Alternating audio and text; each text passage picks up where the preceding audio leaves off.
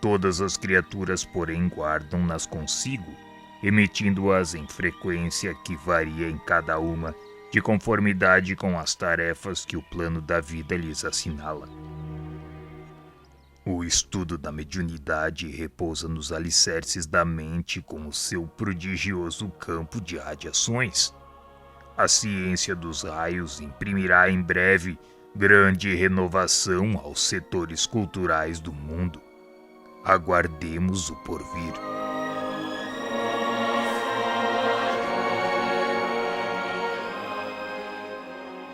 Em seguida, Aulus convidou-nos à inspeção mais direta e acompanhamo-lo alegremente. Venham, vou apresentar a vocês a nossa equipagem mediúnica. E detendo-se ao pé do companheiro encarnado que regia os trabalhos, apresentou.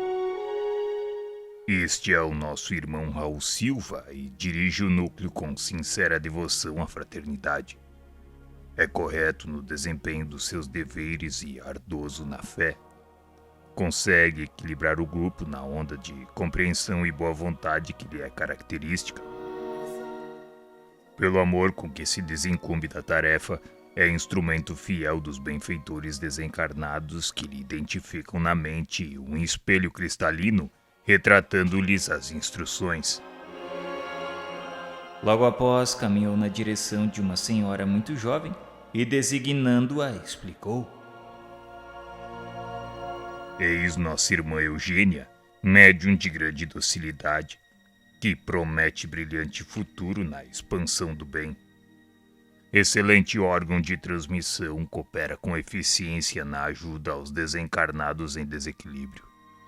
Intuição clara, aliada à distinção moral, tem a vantagem de conservar-se consciente nos serviços de intercâmbio, beneficiando-nos a ação.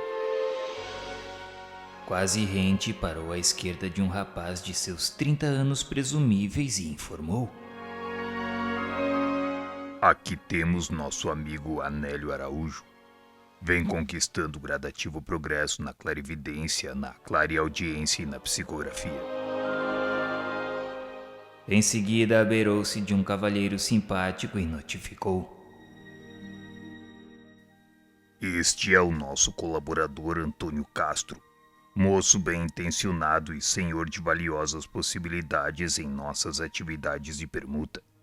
Sonâmbulo, no entanto, é de uma passividade que nos requer grande vigilância.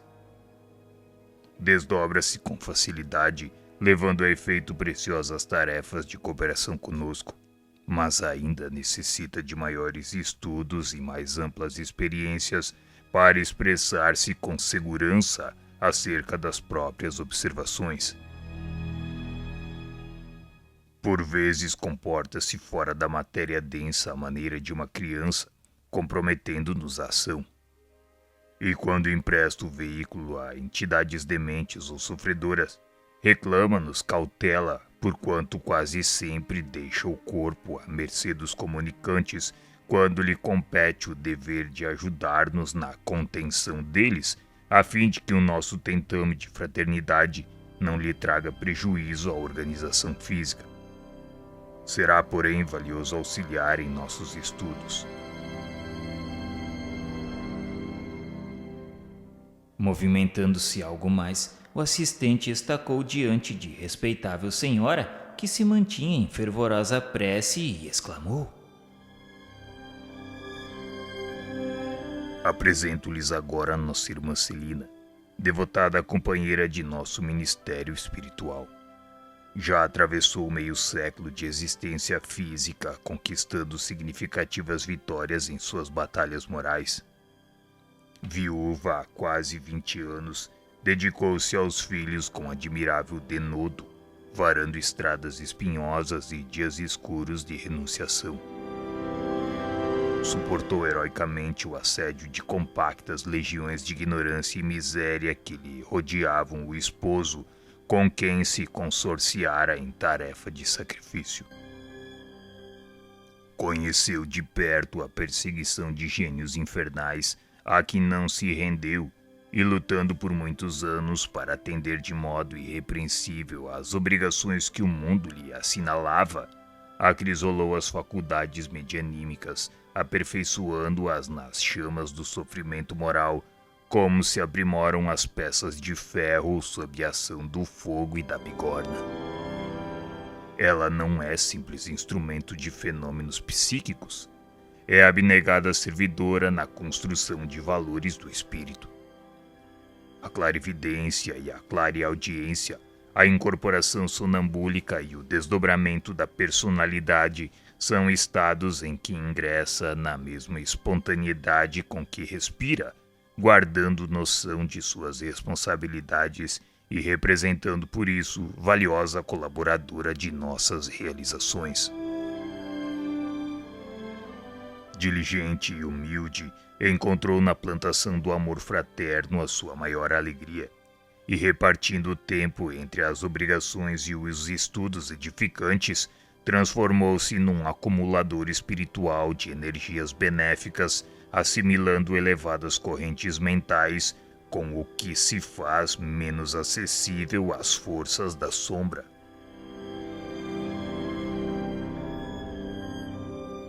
Realmente, ao lado da irmã sob nossa vista, fruíamos deliciosa sensação de paz e reconforto.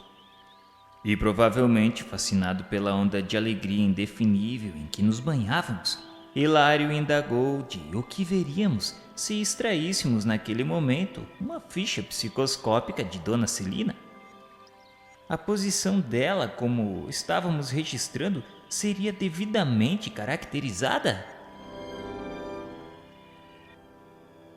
Perfeitamente.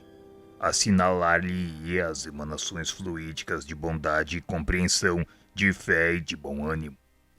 Assim como a ciência na Terra consegue catalogar os elementos químicos que entram na formação de matéria densa, em nosso campo de matéria rarefeita é possível analisar o tipo de forças sutis que dimanam de cada ser.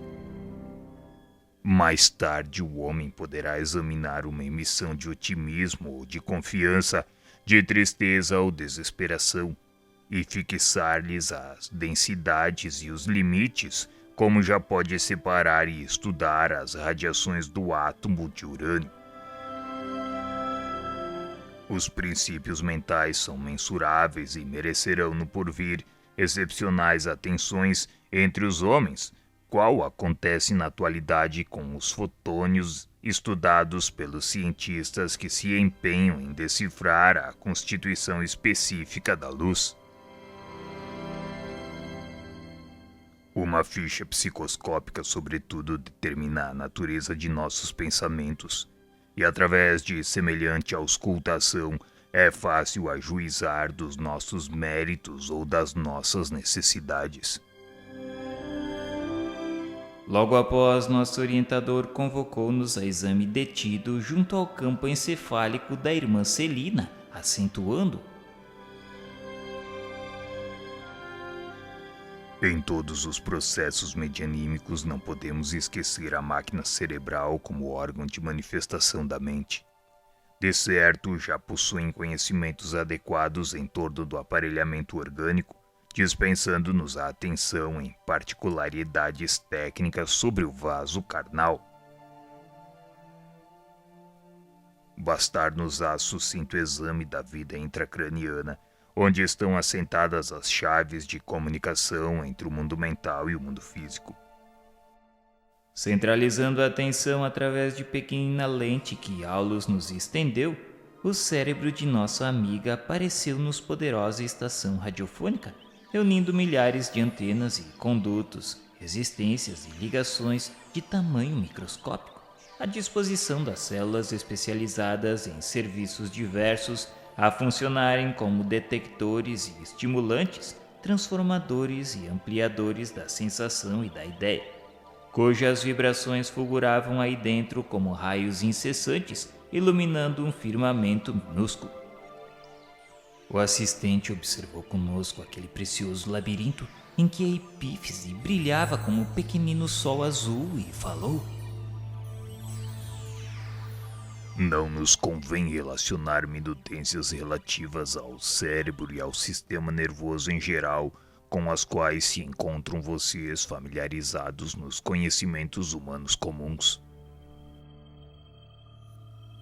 Nesse instante, reparei admirados feixes de associação entre as células corticais, vibrando com a passagem do fluxo magnético do pensamento.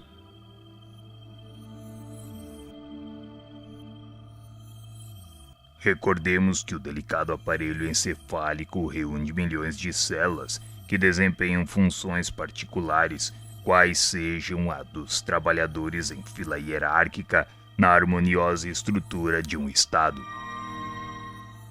E enumerando determinadas regiões, trecho a trecho daquele prodigioso reino pensante, declarou: Hilário e André, não precisaremos alongar digressões.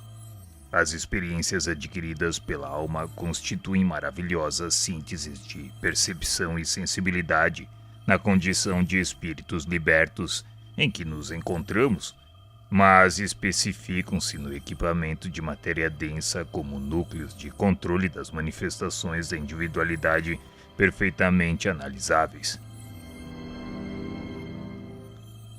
É assim que a alma encarnada possui no cérebro físico centros especiais que governam a cabeça, o rosto, os olhos, os ouvidos e os membros, em conjunto com os centros da fala, da linguagem, da visão, da audição, da memória, da escrita, do paladar, da deglutição, do tato, do olfato, do registro de calor e frio, da dor, também do equilíbrio muscular, da comunhão com os valores internos da mente, da ligação com o mundo exterior, da imaginação, do gosto estético, dos variados estímulos artísticos e tantos outros quantos sejam as aquisições de experiência entesouradas pelo ser que conquista a própria individualidade, passo a passo e esforço a esforço, enaltecendo-a pelo trabalho constante para a sublimação integral à face de todas as vias de progresso e aprimoramento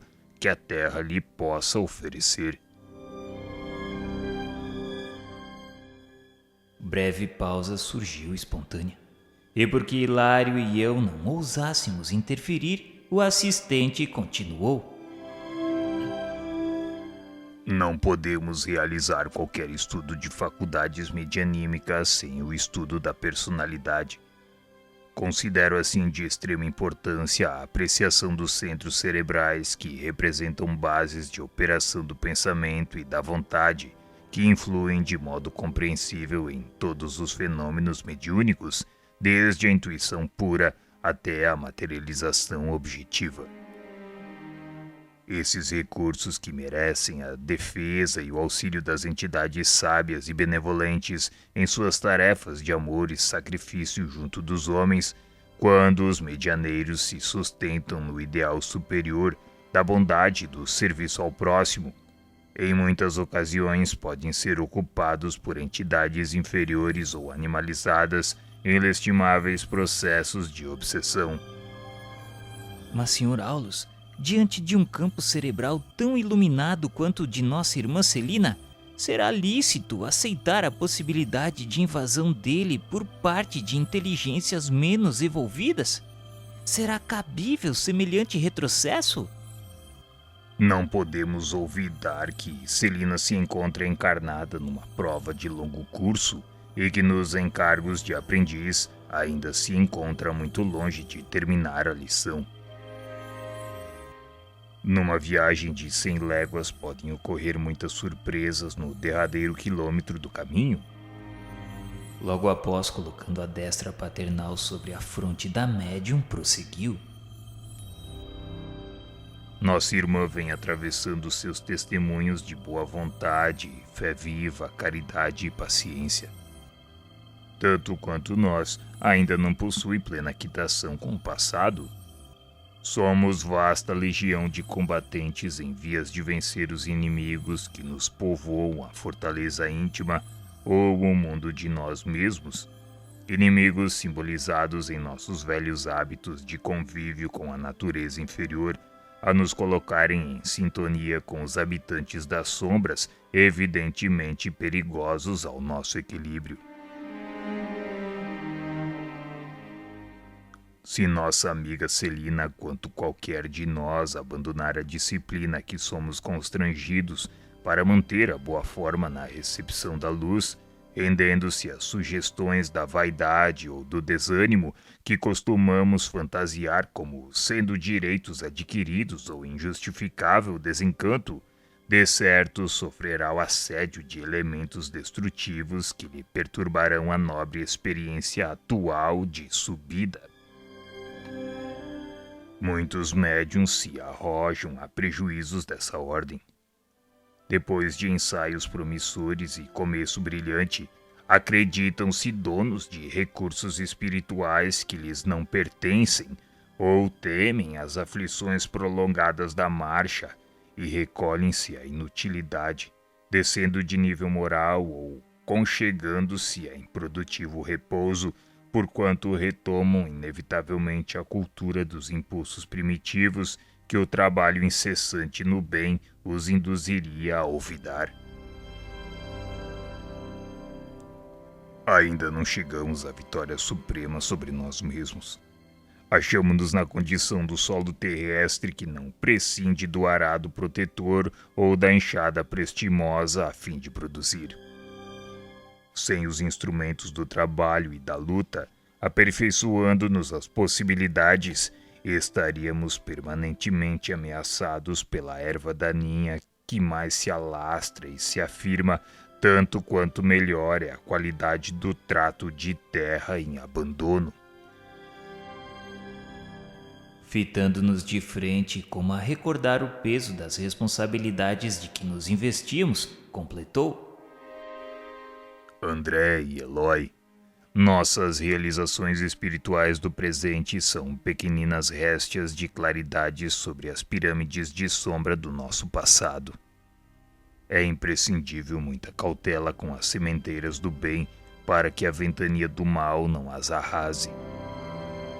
É por isso que a tarefa mediúnica, examinada como instrumentação para a obra das inteligências superiores, não é tão fácil de ser conduzida a bom termo, de vez que contra o canal ainda frágil que se oferece à passagem da luz, acometem as ondas pesadas de treva da ignorância a se agitarem compactas ao nosso derredor. Calou-se o assistente.